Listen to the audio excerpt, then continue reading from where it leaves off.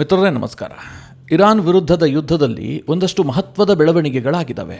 ಒಂದು ಕಡೆ ಹರ್ಮೋಜನ್ನು open ಮಾಡಿರೋದಾಗಿ Iran ಘೋಷಣೆ ಮಾಡಿದೆ. ಅದಾದ ಬಳಿಕ ಟ್ರಂಪ್ ಅವರು ತನ್ನ ಟ್ರೂತ್ ಸೋಷಲ್ನಲ್ಲಿ ಈ ಹಿಂದೆಂದಿಗಿಂತಲೂ ಹೆಚ್ಚು ಆಕ್ಟಿವ್ ಆಗಿದ್ದಾರೆ. ಅನೇಕ ಮಹತ್ವದ ಘೋಷಣೆಗಳನ್ನು ಮಾಡ್ತಾ ಇದ್ದಾರೆ. ಒಂದು ಕಡೆ ಇನ್ನೇನು ಕೆಲವೇ ಕ್ಷಣಗಳಲ್ಲಿ ಉತ್ತಮ ಸುದ್ದಿಯನ್ನು ಕೊಡ್ತೀನಿ, ನನಗಂತಹ ಸುದ್ದಿ ಬಂದಿದೆ ಅಂತ ಹೇಳಿದಂಥ ಟ್ರಂಪ್ ಇನ್ನೊಂದು ಕಡೆಯಲ್ಲಿ ಯುದ್ಧ ವಿರಾಮ ಅಂತ್ಯದ ಬಗ್ಗೆಯೂ ಕೂಡ ಮಾತನಾಡಿದ್ದಾರೆ.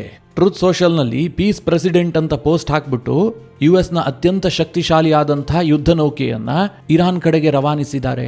ಪಾಕಿಸ್ತಾನ ಅಂತಿಮ ಹಂತದ ಸರ್ಕಸ್ ಅನ್ನು ಕೂಡ ಆರಂಭ ಮಾಡಿದೆ. ಎಲ್ಲ ಅಂದುಕೊಂಡಂತೆ ಆಗಿದ್ದೆ, ಆದರೆ ಸೋಮವಾರ ಪಾಕಿಸ್ತಾನದಲ್ಲಿ ಇನ್ನೊಂದು ಸುತ್ತಿನ ಮಾತುಕತೆಯೂ ಕೂಡ ನಡೆಯೋದಕ್ಕಿದೆ. ಅಮೆರಿಕದ ಟೀಮ್ ಮತ್ತು ಇರಾನ್ನ ಟೀಮ್ ಇನ್ನೇನು ಪಾಕಿಸ್ತಾನವನ್ನು ರೀಚ್ ಆಗತ್ತೆ. ಭಾನುವಾರ ಸಂಜೆಯ ಒಳಗಾಗಿ ಆ ಟೀಮ್ ಅಲ್ಲಿರುತ್ತೆ ಅಂತ ಹೇಳಲಾಗ್ತಾ ಇದೆ.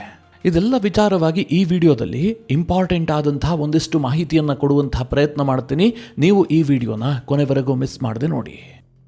ಮಿತ್ರರೇ, ನಿಮಗೆಲ್ಲ ಗೊತ್ತೇ ಇದೆ, ಇವತ್ತು ಯುದ್ಧದ ಬಗ್ಗೆ ಏನೇ ಮಾಹಿತಿಯನ್ನು ತಿಳ್ಕೊಳ್ಬೇಕು ಅಂತಂದ್ರೂ ಕೂಡ ಅದಕ್ಕೆ ಟ್ರಂಪ್ ಅವರ ಟ್ರೂತ್ ಸೋಷಿಯಲ್ ಒಂದೇ ಮಾರ್ಗ. ಯಾಕೆ ಅಂತಂದರೆ ಟ್ರಂಪ್ ಅವರ ಎಲ್ಲ ಇಂಪಾರ್ಟೆಂಟ್ ಘೋಷಣೆಗಳಾಗೋದು ಕೂಡ ಅವರ ಟ್ರೂತ್ ಸೋಷಿಯಲ್ನಲ್ಲೇ. ಯಾವಾಗ ಲೆಬನಾನ್ ಸೀಸ್ ಫೈರ್ ಆಯಿತು, ಅದಕ್ಕೆ ಪ್ರತಿಯಾಗಿ ಇರಾನ್ ಏನು ಘೋಷಣೆ ಮಾಡ್ತು, ನಾವು ಹರ್ಮೋಜನ್ನು ಓಪನ್ ಮಾಡ್ತೀವಿ ಅಂತ. ಆ ಸುದ್ದಿಯನ್ನು ಕೇಳಿ ಟ್ರಂಪ್ ಅವರು ವಿಪರೀತವಾಗಿ ಆಕ್ಟಿವ್ ಆದರು. ತನ್ನ ಟ್ರೂತ್ ಸೋಷಲ್ನಲ್ಲಿ ತರಹೇವಾರಿಯಾದಂತಹ ಪೋಸ್ಟ್ಗಳನ್ನು ಹಾಕೋದಕ್ಕೆ ಶುರು ಮಾಡಿದ್ರು. ಅದರ ವಿಪರ್ಯಾಸ ಏನು ಗೊತ್ತಾ, ಟ್ರಂಪ್ ಅವರ ಯಾವುದೇ ಪೋಸ್ಟ್ಗಳಿಗೂ ಕೂಡ ಒಂದಕ್ಕೊಂದಕ್ಕೆ ಲಿಂಕ್ ಆಗ್ತಾ ಇಲ್ಲ. ಒಂದು ಕಡೆ ಶಾಂತಿಯ ಬಗ್ಗೆ ಮಾತನಾಡ್ತಾರೆ, ಇನ್ನೊಂದು ಕಡೆ ಯುದ್ಧದ ಬಗ್ಗೆ ಪ್ರಸ್ತಾಪ ಮಾಡ್ತಾರೆ. ಏನಾಗತ್ತೆ ಮುಂದೆ, ಯಾವ ನಿರ್ಧಾರವನ್ನು ಅಮೆರಿಕ ಕೈಗೊಳ್ಳಬಹುದು, ಇರಾನ್ ಮತ್ತು ಅಮೆರಿಕದ ಯುದ್ಧ ಕಂಟಿನ್ಯೂ ಆಗುತ್ತಾ, ಇದರ ಬಗ್ಗೆ ಯಾವುದೇ ಸ್ಪಷ್ಟತೆ ಸಿಗ್ತಾ ಇಲ್ಲ. ಆದರೆ ಕೆಲವೊಂದಷ್ಟು ಡಾಟ್ಗಳನ್ನು ಕನೆಕ್ಟ್ ಮಾಡಿ ನಾವು ಕೇವಲ ಊಹೆ ಮಾಡಬೇಕಷ್ಟೇ, ಹೀಗಾಗಬಹುದೇನೋ ಅಂತ.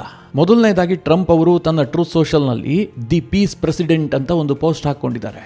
ಅಂದರೆ ನಾನು ಶಾಂತಿಯ ದಾರಿಯಲ್ಲಿ ಇದ್ದೀನಿ ಅನ್ನೋದನ್ನು ಶೋ ಮಾಡೋದಕ್ಕೋಸ್ಕರವಾಗಿ ಟ್ರಂಪ್ ಈ ರೀತಿಯಾಗಿ ಪೋಸ್ಟ್ ಮಾಡಿರಬಹುದು ಅಂತ ಅಂದಾಜಿಸಲಾಗ್ತಾ ಇದೆ. ಆದರೆ ಇದಕ್ಕೂ ಕೆಲ ಕ್ಷಣಗಳ ಮುಂಚೆ ಟ್ರಂಪ್ ಅವರು ಏರ್ಫೋರ್ಸ್ ಒನ್ನಲ್ಲಿ ಪತ್ರಕರ್ತರನ್ನು ಉದ್ದೇಶಿಸಿ ಮಾತನಾಡಿದ್ರು. ಆಗ ಕೆಲ ಪತ್ರಕರ್ತರು ಯುದ್ಧದ ಬಗ್ಗೆ ಪ್ರಶ್ನೆ ಕೇಳಿದ್ರು. ಅದಕ್ಕೆ ಟ್ರಂಪ್ ಅವರು ಬಹಳ ವಿಚಿತ್ರವಾಗಿ ಉತ್ತರವನ್ನು ಕೊಟ್ಟಿದ್ದಾರೆ. ನನಗೆ 20 ನಿಮಿಷದ ಹಿಂದೆ ಬಹಳ ಒಳ್ಳೆಯ ಸುದ್ದಿ ಬಂದಿದೆ. ಇರಾನ್ ಕುರಿತಾಗಿ ವೆಸ್ಟ್ ಏಷ್ಯಾದಲ್ಲಿ ಪರಿಸ್ಥಿತಿ ತುಂಬ ಚೆನ್ನಾಗಿ ಸಾಗ್ತಾ ಇದೆ. ಆ ವಿಷಯ ಶೀಘ್ರದಲ್ಲೇ ನಿಮಗೂ ಕೂಡ ತಿಳಿಯುತ್ತೆ. ನನಗೆ ಬಂದಂತಹ ಸುದ್ದಿ ನಿಜವಾಗಬಹುದು, ಅದು ನಡೆಯಬಹುದು ಅಂತ ನಾನು ಕೂಡ ಭಾವಿಸ್ತಾ ಇದ್ದೀನಿ. ಹೀಗೆ ಟ್ರಂಪ್ ಯಾವ ವಿಚಾರ ಅಂತ ಹೇಳದೆ ಅಡ್ಡಗೋಡೆಯ ಮೇಲೆ ದೀಪ ಇಟ್ಟಂತೆ ಯಾರಿಗೂ ಅರ್ಥ ಆಗದ ರೀತಿಯಲ್ಲಿ ಮಾತನಾಡಿದ್ದಾರೆ. ಅದು ಯಾವ ಸುದ್ದಿ ಅಂತ ಪತ್ರಕರ್ತರು ಎಷ್ಟೇ ಪ್ರಶ್ನೆ ಕೇಳಿದ್ರೂ ಕೂಡ ಟ್ರಂಪ್ ಅದನ್ನು ಬಹಿರಂಗಗೊಳಿಸಿಲ್ಲ.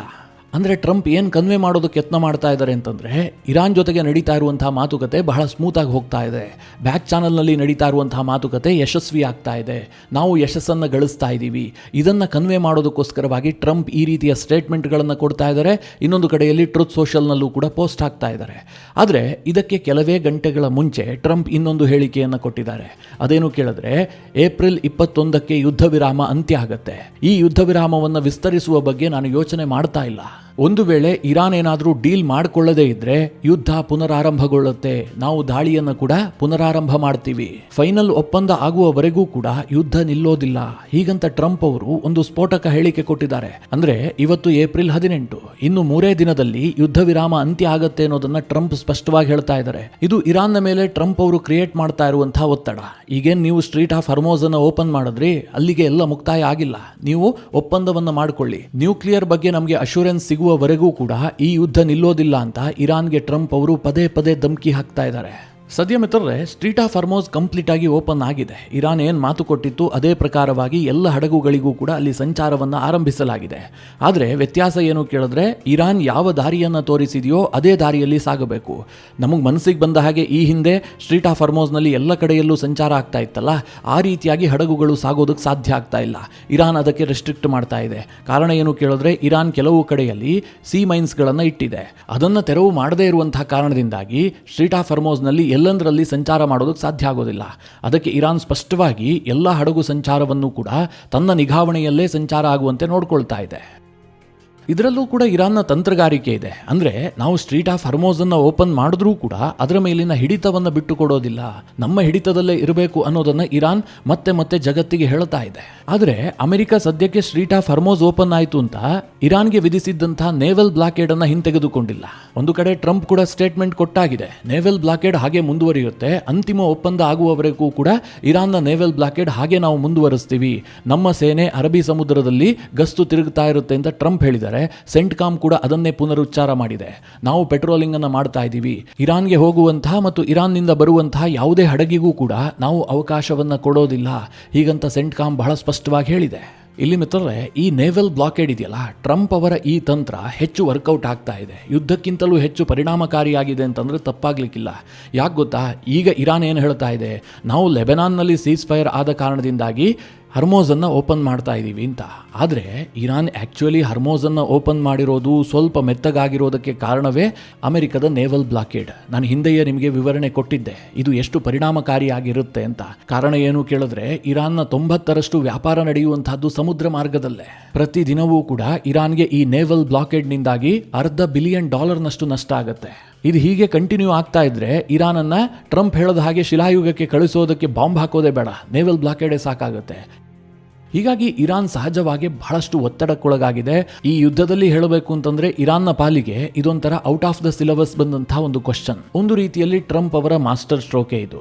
ಈಗ ಇರಾನ್ ಈ ಹರ್ಮೋಸ್ ಅನ್ನ ಓಪನ್ ಮಾಡಿದ್ರೂ ಕೂಡ ನಾವು ನೇವಲ್ ಬ್ಲಾಕೇಡ್ ಅನ್ನ ಓಪನ್ ಮಾಡೋದಿಲ್ಲ, ಅದು ಹಾಗೆ ಮುಂದುವರಿಯುತ್ತೆ ಅಂತ ಇರಾನ್ ಮೇಲೆ ಟ್ರಂಪ್ ಅವರು ತನ್ನ ಒತ್ತಡವನ್ನ ಹಾಗೆ ಮುಂದುವರಿಸಿದ್ದಾರೆ. ಇನ್ನೊಂದು ಕಡೆ ಈ ಎಲ್ಲಾ ಬೆಳವಣಿಗೆಗಳ ಬಗ್ಗೆ ಇರಾನ್ನ ಸ್ಪೀಕರ್ ಗಾಲಿಬಾಫ್ ಸ್ಟೇಟ್ಮೆಂಟ್ ಕೊಟ್ಟಿದ್ದಾರೆ. ಅವ್ರೇನ್ ಹೇಳ್ತಾ ಇದ್ದಾರೆ ಅಂತಂದ್ರೆ, ಈ ರೀತಿಯಾಗಿ ನೇವಲ್ ಬ್ಲಾಕೇಡ್ ಇದೆಯಲ್ಲ, ಇದನ್ನ ನಾವು ಒಪ್ಪೋದಕ್ಕೆ ಸಾಧ್ಯ ಇಲ್ಲ. ಟ್ರಂಪ್ ಅವರು ಪದೇ ಪದೇ ಸುಳ್ಳು ಹೇಳ್ತಾ ಇದ್ದಾರೆ. ಟ್ರಂಪ್ ಅವರ ಈ ಸುಳ್ಳುಗಳಿಂದ ಯುದ್ಧವನ್ನ ಜಯಿಸೋದಕ್ಕೆ ಸಾಧ್ಯ ಇಲ್ಲ. ಟ್ರಂಪ್ ಅವರು ಹೇಳ್ತಾ ಇರುವಂತಹ ಸುಳ್ಳುಗಳಿದಾವಲ್ಲ, ಇದು ಯುದ್ಧದಲ್ಲೂ ಜಯ ತಂದು ಕೊಡೋದಿಲ್ಲ, ಜೊತೆಗೆ ಮಾತುಕತೆಯ ಟೇಬಲ್ನಲ್ಲೂ ಕೂಡ ಅವರಿಗೆ ಜಯ ದಕ್ಕಿಸೋದಿಲ್ಲ. ಇದೇ ರೀತಿಯಾಗಿ ನೇವಲ್ ಬ್ಲಾಕೇಡ್ ಮುಂದುವರೆದಿದ್ದೆ ಆದ್ರೆ ನಾವು ಸ್ಟ್ರೀಟ್ ಆಫ್ ಹರ್ಮೋಸ್ ಅನ್ನ ಓಪನ್ ಮಾಡೋದಿಲ್ಲ. ಈಗಲೂ ಸಹ ನಾವು ಅನುಮತಿಸಿದ ದಾರಿಯಲ್ಲೇ ಸಂಚಾರ ಆಗ್ತಾ ಇದೆ ಅನ್ನೋದನ್ನ ಮರಿಬಾರದು ಅಂತ ಗಾಲಿಬಾಫ್ ಅಮೆರಿಕಾಗೆ ಎಚ್ಚರಿಕೆ ಕೊಟ್ಟಿದ್ದಾರೆ. ಆದರೆ ಇಲ್ಲಿ ಗಮನಿಸಬೇಕಾದ ಅಂಶ ಏನು ಕೇಳಿದ್ರೆ, ಎಚ್ಚರಿಕೆ, ಪರಸ್ಪರ ಬೆದರಿಕೆ, ಧಮ್ಕಿ ಇದೆಲ್ಲವೂ ಕೂಡ ಮೊದಲಿನ ತೀವ್ರತೆಯಲ್ಲಿಲ್ಲ, ಒಂದು ಹಂತದಲ್ಲಿ ಕಡಿಮೆ ಆಗಿದೆ. ಇದು ಏನನ್ನ ಸೂಚಿಸುತ್ತೆ ಅಂತಂದ್ರೆ, ಮಾತುಕತೆ ಆಗ್ತಾ ಇದೆ, ಮಾತುಕತೆಯ ಮೇಲೆ ಪ್ರಭಾವ ಬೀರದೇ ಇರುವಂತೆ ಪರಸ್ಪರ ಹೇಳಿಕೆಗಳನ್ನು ಕೊಡಲಾಗ್ತಾ ಇದೆ. ಈ ಹೇಳಿಕೆಗಳು ಯಾಕೆ ಬರುತ್ತೆ ಅಂತಂದ್ರೆ, ತನ್ನ ಬೆಂಬಲಿಗರನ್ನ ಖುಷಿಪಡಿಸೋದಕ್ಕೋಸ್ಕರವಾಗಿ. ಅಂದ್ರೆ ಇರಾನ್ ಕೂಡ ತನ್ನ ಜನರಿಗೆ ಏನ್ ಕನ್ವೆ ಮಾಡಬೇಕು, ನಮಗೆ ಹಿನ್ನಡೆ ಆಗ್ತಾ ಇಲ್ಲ, ನಾವೇ ಜಯ ಗಳಿಸ್ತಾ ಇದ್ದೀವಿ, ಈ ಹಿಂದೆ ಯುದ್ಧದಲ್ಲೂ ನಾವು ಜಯ ಗಳಿಸಿದೀವಿ, ಈಗ ಮಾತುಕತೆ ಟೇಬಲ್ನಲ್ಲೂ ಕೂಡ ನಮ್ಮ ಕೈ ಮೇಲಾಗ್ತಾ ಇದೆ ಅಂತ ಇರಾನ್ ತನ್ನ ಜನರಿಗೆ ಕನ್ವೆ ಮಾಡಬೇಕಲ್ಲ. ಅದಕ್ಕೋಸ್ಕರವಾಗಿ ಈ ರೀತಿಯ ಹೇಳಿಕೆಗಳನ್ನು ಇರಾನ್ ಕೊಡುತ್ತೆ. ಇನ್ನೊಂದು ಕಡೆಯಲ್ಲಿ ಟ್ರಂಪ್ ಕೂಡ ತನ್ನ ವೋಟ್ ಬೇಸ್ ಅನ್ನ ಗಟ್ಟಿ ಮಾಡಿಕೊಳ್ಬೇಕಲ್ಲ, ಅದಕ್ಕೆ ಅವರು ಕೂಡ ಕಲರ್ಫುಲ್ ಆದಂತಹ ಸ್ಟೇಟ್ಮೆಂಟ್ಗಳನ್ನು ಆಗಾಗ ಕೊಡ್ತಾ ಇರ್ತಾರೆ.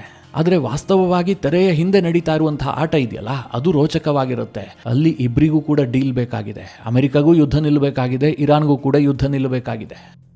ಇದರ ನಡುವೆ ಟ್ರಂಪ್ ಇನ್ನೊಂದು ಸ್ಟೇಟ್ಮೆಂಟ್ ಅನ್ನು ಕೊಟ್ಟಿದ್ದಾರೆ. ಇರಾನ್ನಲ್ಲಿರುವಂತಹ ನ್ಯೂಕ್ಲಿಯರ್ ಯುರೇನಿಯಂ ಏನಿದೆ ಅದನ್ನು ನಾವು ಪಡೆದುಕೊಳ್ತೀವಿ, ಅದಕ್ಕೆ ನಾವು ಯಾವುದೇ ಹಣವನ್ನು ಕೂಡ ಪೇ ಮಾಡೋದಿಲ್ಲ. ಇರಾನ್ನಲ್ಲಿರುವಂತಹ ನ್ಯೂಕ್ಲಿಯರ್ ಡಸ್ಟ್ ಅನ್ನ ನಾವು ಇಲ್ಲದಂತೆ ಮಾಡ್ತೀವಿ. ಹೀಗೊಂದು ವಿಚಿತ್ರವಾದಂತಹ ಸ್ಟೇಟ್ಮೆಂಟ್ ಕೊಟ್ಟಿದ್ದಾರೆ. ಇರಾನ್ನ ನ್ಯೂಕ್ಲಿಯರ್ ಅನ್ನು ನಾವು ಪಡೆದುಕೊಳ್ತೀವಿ ಅಂತಂದ್ರೆ ಇರಾನ್ ಏನಾದರೂ ಯುರೇನಿಯಂ ಅನ್ನು ಇವರಿಗೆ ಹಸ್ತಾಂತರ ಮಾಡೋದಕ್ಕೆ ಒಪ್ಪಿಕೊಂಡಿದೆಯಾ? ಇದ್ರ ಬಗ್ಗೆ ಸ್ಪಷ್ಟತೆ ಇಲ್ಲ. ಆದರೆ ಇರಾನ್ ಹೇಳ್ತಾ ಇದೆ, ನಾವು ಯಾವ ಕಾರಣಕ್ಕೂ ಕೂಡ ನಮ್ಮ ಯುರೇನಿಯಂ ಅನ್ನು ಅಮೆರಿಕ ಕೊಡೋದಿಲ್ಲ ಅಂತ. ಹಾಗೆ ಲೆಬನಾನ್ ಸೀಸ್ ಫೈರ್ ಕ್ರೆಡಿಟ್ ಅನ್ನು ಕೂಡ ಟ್ರಂಪ್ ಅವರೇ ತೆಗೆದುಕೊಂಡಿದ್ದಾರೆ. ಇದೊಂದು ಐತಿಹಾಸಿಕವಾದಂತಹ ಒಪ್ಪಂದ. ಅಮೆರಿಕದ ಮಧ್ಯಸ್ಥಿಕೆಯ ಕಾರಣದಿಂದಾಗಿ ಈ ಒಪ್ಪಂದ ಆಗಿದೆ. V will make Lebanon great again ಅಂತ ಟ್ರಂಪ್ ಘೋಷಣೆ ಮಾಡಿದ್ದಾರೆ. ಅಂದರೆ ಲೆಬನಾನ್ ಅನ್ನು ನಾವು ಪುನಃ ಗ್ರೇಟ್ ಮಾಡ್ತೀವಿ ಅಂತ. ಅದು ಯಾವ್ಯಾವ ದೇಶವನ್ನು ಗ್ರೇಟ್ ಮಾಡ್ತಾರೋ ಅದು ಏನು ಕತೆನೋ ಜಗತ್ತಿಗಂತೂ ಅರ್ಥ ಆಗ್ತಾ ಇಲ್ಲ. ಟ್ರಂಪ್ ಅವರು ಎಲ್ಲ ದೇಶಗಳ ಕುರಿತಾಗಿಯೂ ಈ ರೀತಿಯಾಗಿ ಘೋಷಣೆ ಮಾಡ್ತಾರೆ. ನಾಳೆ ಪಾಕಿಸ್ತಾನವನ್ನು ಕೂಡ ಹೀಗೆ ಹೇಳಬಹುದೇನೋ, we will make Pakistan great again ಅಂತ. ಹೀಗಾಗಿ ಪಾಕಿಸ್ತಾನದ ವಿಚಾರದಲ್ಲಿ ಟ್ರಂಪ್ ಬಹಳ ಖುಷಿಯಾಗ್ಬಿಟ್ಟಿದ್ದಾರೆ. ಇದಕ್ಕೆ ಕಾರಣ ಬಹಳ ಸಿಂಪಲ್. ಅಲ್ಲಿನ ಫ್ರಾಡ್ ಮಾರ್ಷಲ್ ಆಸಿಮ್ ಮುನೀರ್ ಮತ್ತು ಅಲ್ಲಿನ ಪ್ರಧಾನಿ ಶಹಬಾಜ್ ಶರೀಫ್ ಟ್ರಂಪ್ ಅವರ ತಾಳಕ್ಕೆ ತಕ್ಕಂತೆ ಕುಣಿತಾ ಇದ್ದಾರೆ. ಟ್ರಂಪ್ ಯಾವಾಗ ಏನು ಹೇಳ್ತಾರೋ ಅದನ್ನ ಚಾಚೂ ತಪ್ಪದೆ ಪಾಲಿಸ್ತಾರೆ. ಇರಾನ್ಗೆ ಹೋಗು ಅಂದ್ರೆ ಹೋಗ್ತಾರೆ, ಇರಾನ್ನ ಜೊತೆಗೆ ಮಾತನಾಡು ಅಂದ್ರೆ ಮಾತನಾಡ್ತಾರೆ, ಈ ಮೆಸೇಜ್ ಅನ್ನ ಪಾಸ್ ಮಾಡು ಅಂದ್ರೆ ಮಾಡ್ತಾರೆ. ಈ ನಡುವೆ ಇನ್ನೊಂದು ಸುದ್ದಿ ಬರ್ತಾ ಇದೆ. ಅಮೆರಿಕ ಮತ್ತು ಇರಾನ್ನ ನಡುವೆ ಪಾಕಿಸ್ತಾನದಲ್ಲಿ ಸೋಮವಾರ ಇನ್ನೊಂದು ಸುತ್ತಿನ ಮಾತುಕತೆ ನಡೆಯುತ್ತೆ. ಈಗಾಗಲೇ ಪಾಕಿಸ್ತಾನ ಅದಕ್ಕೆ ತಯಾರಿ ಮಾಡಿಕೊಳ್ತಾ ಇದೆ. ಭಾನುವಾರ ರಾತ್ರಿಯೇ ಅಮೆರಿಕ ಮತ್ತು ಇರಾನ್ನ ನಿಯೋಗ ಪಾಕಿಸ್ತಾನಕ್ಕೆ ಬಂದಿಳಿಯುತ್ತೆ ಅಂತ ಪಾಕಿಸ್ತಾನ ಮತ್ತು ಅಮೆರಿಕದ ಪತ್ರಿಕೆಗಳು ವರದಿ ಮಾಡ್ತಾ ಇದ್ದಾವೆ. ಒಂದು ಕಡೆ ಈ ರೀತಿಯಾಗಿ ಮಾತುಕತೆಗೆ ಮುಂದಾಗ್ತಾ ಇರುವಂತಹ ಅಮೆರಿಕ, ಇನ್ನೊಂದು ಕಡೆ ಯುದ್ಧಕ್ಕೂ ಕೂಡ ಸಿದ್ಧವಾಗ್ತಾ ಇದೆ. ಅದರಲ್ಲಿ ಬಹಳ ಮುಖ್ಯವಾದಂತಹ ಬೆಳವಣಿಗೆ ಏನು ಕೇಳಿದ್ರೆ, ನಿಮಗೆಲ್ಲ ಗೊತ್ತಿರುವ ಹಾಗೆ ಯುಎಸ್ನ ಅತ್ಯಂತ ಶಕ್ತಿಶಾಲಿಯಾದಂತಹ ಯುಎಸ್ನ ಏರ್ಕ್ರಾಫ್ಟ್ ಕ್ಯಾರಿಯರ್ ಆದಂತಹ USS ಜೆರಾಲ್ಡ್ ಆರ್ ಫೋರ್ಡ್ ಏನಿದೆ ಅದನ್ನು ಮೆಡಿಟರೇನಿಯನ್ ಸೀನಿಂದ ಈಗ ಕೆಂಪು ಸಮುದ್ರಕ್ಕೆ ರವಾನಿಸಿದೆ. ಅದು ಈಗ ಅರಬ್ಬಿ ಸಮುದ್ರದ ಕಡೆಗೆ ಪ್ರಯಾಣವನ್ನು ಬೆಳೆಸಿದೆ. ಮೊದಲು ಅಮೆರಿಕ ಏನ್ ಮಾಡಿತ್ತು ಅಂತಂದ್ರೆ, ಈ ಹಿಂದಿನ 40 ದಿನದ ಯುದ್ಧದ ಸಂದರ್ಭದಲ್ಲಿ ಈ ಅರಬ್ಬಿ ಸಮುದ್ರ ಭಾಗದಲ್ಲಿ 2 ತನ್ನ ಏರ್ಕ್ರಾಫ್ಟ್ ಕ್ಯಾರಿಯರ್ಗಳನ್ನು ನಿಯೋಜನೆ ಮಾಡಿಕೊಂಡಿತ್ತು. ಈ USS ಜೆರಾಲ್ಡ್ ಆರ್ ಫೋರ್ಡ್ ಅನ್ನ ಮೆಡಿಟರೇನಿಯನ್ ಸೀನಲ್ಲಿ ನಿಯೋಜನೆ ಮಾಡಿತ್ತು. ಈಗ ಯುದ್ಧ ವಿರಾಮದ ಈ ಸಂದರ್ಭದಲ್ಲಿ ಈ ಯುದ್ಧ ನೌಕೆಯನ್ನ ಅರಬ್ಬಿ ಸಮುದ್ರಕ್ಕೆ ಕಳುಹಿಸ್ತಾ ಇರೋದಿದೆಯಲ್ಲ, ಇದು ಅಮೆರಿಕದ ಯಾವ ತಂತ್ರಗಾರಿಕೆ ಅಂತ ಯಾರಿಗೂ ಕೂಡ ಅರ್ಥ ಆಗ್ತಾ ಇಲ್ಲ.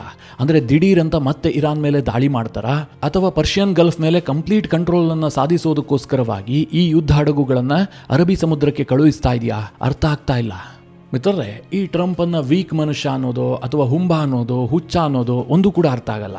ಯಾಕೆ ಅಂತಂದ್ರೆ ಒಂದು ಕಡೆ ಚೈನಾ ವಿರುದ್ಧವಾಗಿ ತರಹೇವಾರಿ ಸ್ಟೇಟ್ಮೆಂಟ್ಗಳನ್ನು ಕೊಟ್ಟು ಚೈನಾ ಮತ್ತು ಅಮೆರಿಕದ ನಡುವೆ ಬದ್ಧ ದ್ವೇಷ ಇದೆ, ಉತ್ತರ ಧ್ರುವ ದಕ್ಷಿಣ ಧ್ರುವ ಅನ್ನುವ ರೀತಿಯಲ್ಲಿ ಬಿಂಬಿಸ್ತಾರೆ.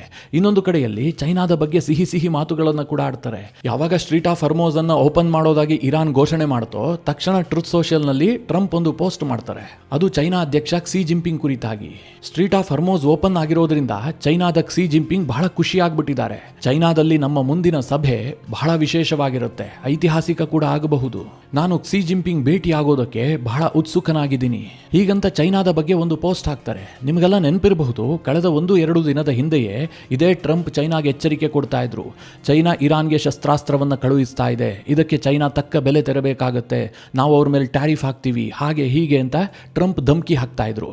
ಆದ್ರೆ ಇದ್ದಕ್ಕಿದ್ದಂತೆ ಟ್ರಂಪ್ ಅವರಿಗೆ ಕ್ಸಿ ಜೊತೆಗೆ ಮಾತನಾಡೋದಕ್ಕೆ ಬಹಳ ಉತ್ಸಾಹ ಬಂದುಬಿಟ್ಟಿದೆ. ಮೇ 14 ಮತ್ತು 15ರಂದು ಟ್ರಂಪ್ ಚೈನಾ ಪ್ರವಾಸ ಕೈಗೊಳ್ತಾರೆ. ಕ್ಸಿ ಜಿಂಪಿಂಗ್ ಮತ್ತು ಟ್ರಂಪ್ ನಡುವೆ ಮುಖಾಮುಖಿ ಭೇಟಿ ಆಗತ್ತೆ.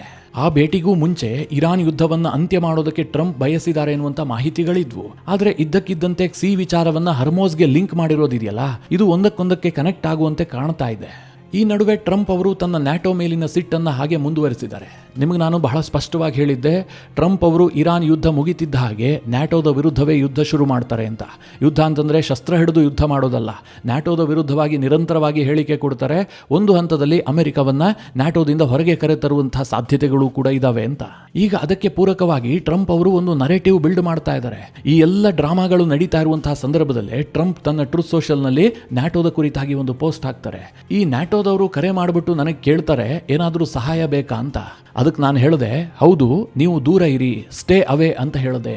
ಹೀಗಂತ ಟ್ರಂಪ್ ಪೋಸ್ಟ್ ಮಾಡ್ತಾರೆ. ಅಂದರೆ ನ್ಯಾಟೋ ಇದರಲ್ಲಿ ಇನ್ವಾಲ್ವ್ ಆಗೋದು ಬೇಡ, ನಿಮ್ಮ ಸಹಾಯ ಬೇಡ, ನಮಗೆ ಬೇಕಿದ್ದಾಗ ನೀವು ಬಂದಿಲ್ಲ, ಈ ರೀತಿಯಾಗಿ ಅಮೆರಿಕದ ಜನರಿಗೆ ಕನ್ವೆ ಮಾಡುವಂತಹ ಕೆಲಸವನ್ನು ಟ್ರಂಪ್ ಮಾಡ್ತಾ ಇದ್ದಾರೆ. ಇದನ್ನು ನೋಡಿದ್ರೆ ಒಂದು ಸ್ಪಷ್ಟ ಆಗುತ್ತೆ, 2026ರ ಅಂತ್ಯದ ಒಳಗಾಗಿ ಇಲ್ಲ 2027ರ ಆರಂಭದಲ್ಲಿ ನ್ಯಾಟೋದ ವಿಚಾರದಲ್ಲಿ ಟ್ರಂಪ್ ಬಹಳ ದೊಡ್ಡ ತೀರ್ಮಾನವನ್ನ ಕೈಗೊಳ್ಳುವಂತಹ ಎಲ್ಲಾ ಸಾಧ್ಯತೆಗಳಿದಾವೆ. ಹೇಳೋದಕ್ಕೆ ಸಾಧ್ಯ ಇಲ್ಲ. ನ್ಯಾಟೋದಿಂದ ಹೊರಗೆ ಬಂದು ಗ್ರೀನ್ಲ್ಯಾಂಡ್ ನಮ್ಮ ವಶವಾಗಿದೆ ಅಂತ ಘೋಷಣೆ ಮಾಡಿದ್ರೂ ಕೂಡ ಏನು ಆಶ್ಚರ್ಯ ಇಲ್ಲ. ಮಿತ್ರರೇ, ಮುಂದೆ ಈ ಕುರಿತಾಗಿ ಸಾಕಷ್ಟು ಡೆವಲಪ್ಮೆಂಟ್ಗಳಾಗ್ತವೆ. ಇವತ್ತು ನಾಳೆಯ ಒಳಗಾಗಿ ಯುದ್ಧದ ಬಗ್ಗೆ ಒಂದು ಸ್ಪಷ್ಟ ಚಿತ್ರಣ ಸಿಗುವಂತಹ ಸಾಧ್ಯತೆಗಳು ಕೂಡ ಇದ್ದಾವೆ. ಆ ಸಂದರ್ಭದಲ್ಲಿ ನಿಮಗೆ ವಿಡಿಯೋ ಮಾಡಿ ತಿಳಿಸುವಂತಹ ಪ್ರಯತ್ನ ಮಾಡ್ತೀನಿ. ಈ ಎಲ್ಲ ಬೆಳವಣಿಗೆಗಳ ಕುರಿತಾಗಿ ನಿಮ್ಮ ಅನಿಸಿಕೆ ಅಭಿಪ್ರಾಯಗಳೇನು ಕಮೆಂಟ್ ಮಾಡುವ ಮೂಲಕ ನಮಗೆ ತಿಳಿಸಿ. ಹಾಗೆ ನಿಮಗೆ ಈ ವಿಡಿಯೋ ಇಷ್ಟವಾದರೆ ಲೈಕ್ ಮಾಡಿ. ಜೊತೆಗೆ ನೀವಿನ್ನೂ ನಿಮ್ಮ ನೆಚ್ಚಿನ ಸಂಸ್ಕಾರ ಸೌರಭ ಯೂಟ್ಯೂಬ್ ಚಾನಲ್ನ ಸಬ್ಸ್ಕ್ರೈಬ್ ಮಾಡಿಲ್ಲ ಅಂತಾದರೆ ಈ ಕೂಡಲೇ ಸಬ್ಸ್ಕ್ರೈಬ್ ಮಾಡಿ. ಮುಂದಿನ ಎಲ್ಲ ಅಪ್ಡೇಟ್ಗಳ ನೋಟಿಫಿಕೇಷನ್ಗಾಗಿ ಬೆಲ್ ಐಕಾನ್ ಒತ್ತಿ.